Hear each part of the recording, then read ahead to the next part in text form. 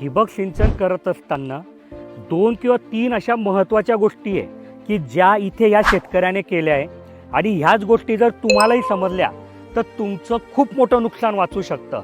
तर अशा कोणत्या गोष्टी आहे जाणून घेण्यासाठी ही व्हिडिओ शेवटपर्यंत बघा।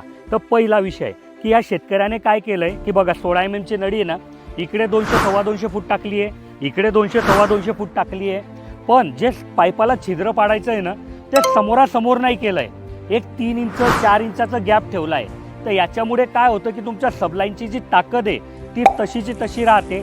समोरासमोर छिद्र केल्यामुळे बऱ्याच वेळा सबलाईन तुटायची किंवा क्रॅक जायची शक्यता असते। तर हा पहिला त्याने प्रयोग इथे केला आहे। दुसरा प्रयोग काय केला आहे की सामान्य शेतकरी काय करतात की इथे एक छिद्र पाडलं असतं आणि दुसरं इकडे तर आडवं छिद्र पाडलं असतं। यांनी तसं नाही केलंय, वरच्या दिशेला तिरपं छिद्र केलंय बघा, इथे तिरपं इथे तिरपं। याच्यामुळे काय होतं की काम करायला त्यांना सोपं झालं।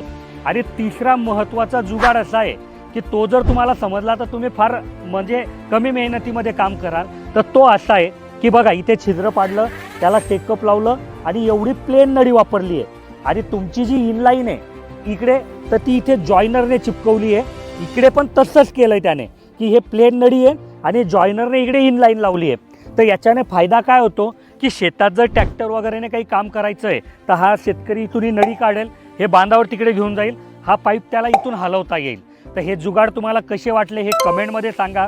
ठिबकबद्दल काहीही प्रश्न असेल तर आमचे इंजिनियर सकाळी 8 ते संध्याकाळी 6 उपलब्ध असतात, त्यांचा नंबर इथे दिला आहे, तुम्ही त्यांना कॉल करू शकतात।